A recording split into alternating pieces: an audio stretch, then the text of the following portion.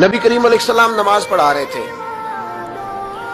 ظہر کی نماز تھی، عصر کی نماز تھی، صحیح مسلم میں موجود ہے۔ حضرت ابو ہریرہ فرماتے ہیں نماز پڑھاتے پڑھاتے نبی پاک نے قدم آگے کیا، نماز پڑھاتے پڑھاتے قدم آگے کیا اور یوں ہاتھ اٹھایا پھر واپس کر لیا۔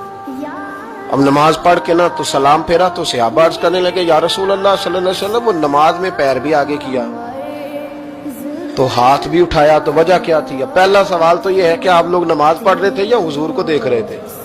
تو صحابہ تو پہلے ہی بتاتے ہیں کہ بھئی ہم تو پہلی صف میں نماز اس لیے پڑھتے تھے کہ نماز بھی ہوتی رہتی تھی اور چپ کے محبوب کی دید بھی ہوتی رہتی تھی۔ حضور سے پوچھا یا رسول اللہ وہ نماز پڑھتے پڑھتے قدم آگے بڑھایا آپ نے تو پھر پیچھے کر لیا کیا تھا؟ اور ہاتھ اٹھایا تو پھر آپ نے نیچے کر لیا۔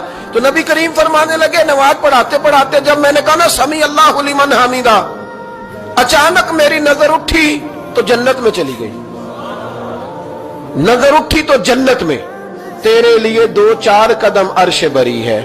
تو محبوب فرماتے ہیں جب میری اوپر نظر گئی نا تو میں نے دیکھا کہ انگوروں کا ایک خوشہ لٹک رہا ہے جنت میں، تو میں نے ہاتھ بڑھایا کہ توڑ لوں۔ حضور کھڑے ہیں مسجد نبوی میں اور فرماتے ہیں کہ میں یہاں کھڑے ہو کے ہاتھ اونچا کروں تو میرا جنت تک پہنچ جاتا ہے۔ فرمایا میرا ارادہ ہوا کہ وہ خوشہ جنت کا توڑ لوں اور ذرا میں نے پیر آگے بڑھایا ہی تھا تو میرے دل میں خیال آیا کہ جنت راز ہے تو راز ہی رہنی چاہیے، یہ راز کھول گیا تو مزہ نہیں آئے گا، تو میں نے پھر وہ ہاتھ واپس کر لیا۔ صحابہ کہتے ہیں جب نبی کریم نے یہ بیان کیا تو ہمارے چہرے نے تجسس سے کھیل اٹھے، تجسس سے ہم کوئی بات اور بھی سننا چاہتے تھے۔ تو محبوب فرمانے لگے اگر میں وہ خوشہ توڑ کے لے آتا اور تمہیں دے دیتا تم قیامت تک بھی کھاتے رہتے تو تم سے ختم نہیں ہونا تھا۔